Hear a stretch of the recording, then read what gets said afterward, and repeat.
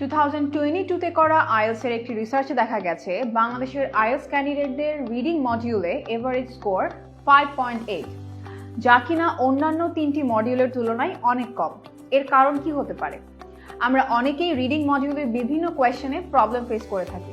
এর মধ্যে একটি হচ্ছে true false not given question. আজকে আমরা 3টি টিপস শেয়ার করব কিভাবে আপনারা রিডিং সেকশনে ট্রু ফলস নট গিভেন এই কোয়েশ্চেন টাইপটিতে মিস্টেকস অ্যাভয়েড করতে পারেন। প্রথমত আপনাকে জানতে হবে কিভাবে প্যারাফ্রেজিং করতে হয়। সাধারণত আইএলটিএস রিডিংয়ে কোয়েশ্চেনের অ্যান্সারটি প্যাসেজে ডিরেক্টলি দেয়া থাকে না, বরং কোয়েশ্চেনের স্টেটমেন্টটি প্যাসেজে প্যারাফ্রেজ করা থাকে। প্যারাফ্রেজিং মানে হলো একটি ধারণা বা তথ্যকে নতুন করে আলাদা শব্দে প্রকাশ করা, যেখানে তার মিনিংটি সেমই থাকবে। তাই আপনি যদি প্যারাফ্রেজিং নিয়ে ক্লিয়ার ধারণা রাখেন, প্যাসেজ থেকে আপনার কোয়েশ্চেনের অ্যান্সারটি খুঁজে পেতে সহজ হবে। Secondly, you need to focus on matching the meaning rather than the exact words. অর্থাৎ আপনাকে প্রশ্নের মূল কনসেপ্টের সাথে প্যাসেজের মূল কনসেপ্টকে মিলাতে হবে। ফর এক্সাম্পল, প্যাসেজে বলা আছে some schools require students to wear uniforms.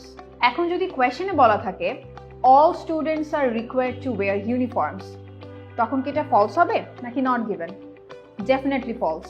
এর কারণ হচ্ছে প্যাসেজে বলা হয়েছে কিছু স্কুলের স্টুডেন্টদেরকে ইউনিফর্ম পরতে হয়, অন্যদিকে কোয়েশ্চেনে বলা হয়েছে সকল স্টুডেন্টদের অবশ্যই ইউনিফর্ম পরতে হবে।